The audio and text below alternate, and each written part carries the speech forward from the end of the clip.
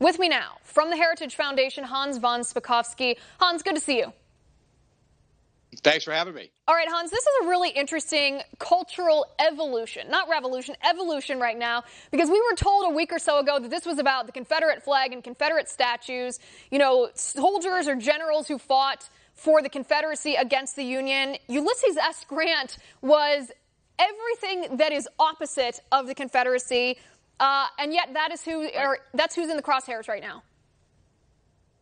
Yeah, and look, it's not just Grant, but, you know, in Boston, protesters attacked the monument to the 54th Regiment. The 54th Regiment was the first all-volunteer black regiment that fought in the Civil War to help end slavery. It was made up of not only freed blacks, but slaves who had escaped the South, and yet these protesters attacked that monument. What that tells you, this is all about wiping out American culture and American history. It has nothing whatsoever to do with civil rights protests. It certainly doesn't. And there's a couple of other examples that I want to point out here. So the Museum of Natural History, the statue of Theodore Roosevelt is going to be removed with the permission or the blessing of New York City Mayor Bill de Blasio, who called this problematic. The protesters who want to, or the critics who want the statue removed, say that Theodore Roosevelt is a symbol of colonialism. But then when they're pressed about what exactly they mean by that, they say, well, it's actually the names of other people associated with this statue. I mean, it's beyond ridiculous.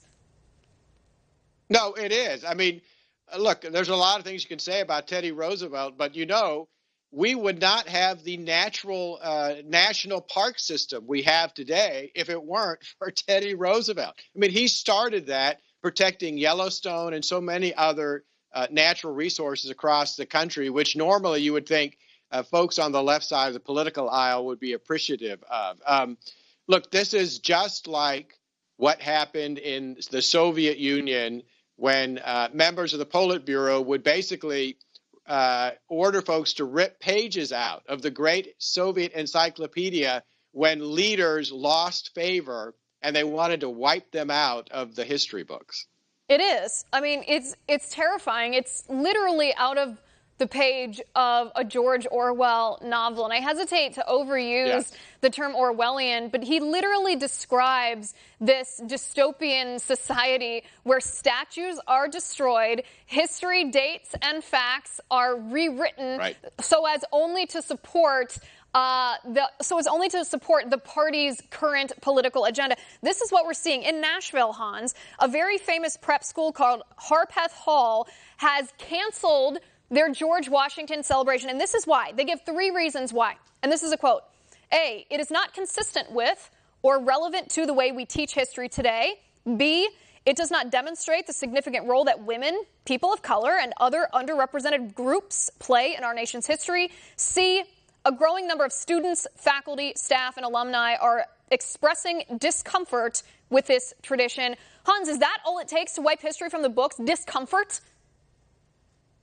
Well, apparently so. And if I had my kids in that school, I would take them out immediately because they obviously don't understand American history. Look, we've done a lot of things to improve this country over the years, but this is the greatest country for freedom that's ever existed in the entire history of the human race, of civilized human race. And to say such critical things about George Washington, who helped get rid of the monarchy that ruled this country so that we could become a democratic republic, is just, I mean, it's just crazy. And it shows how bad some of the schools, including this one, are today.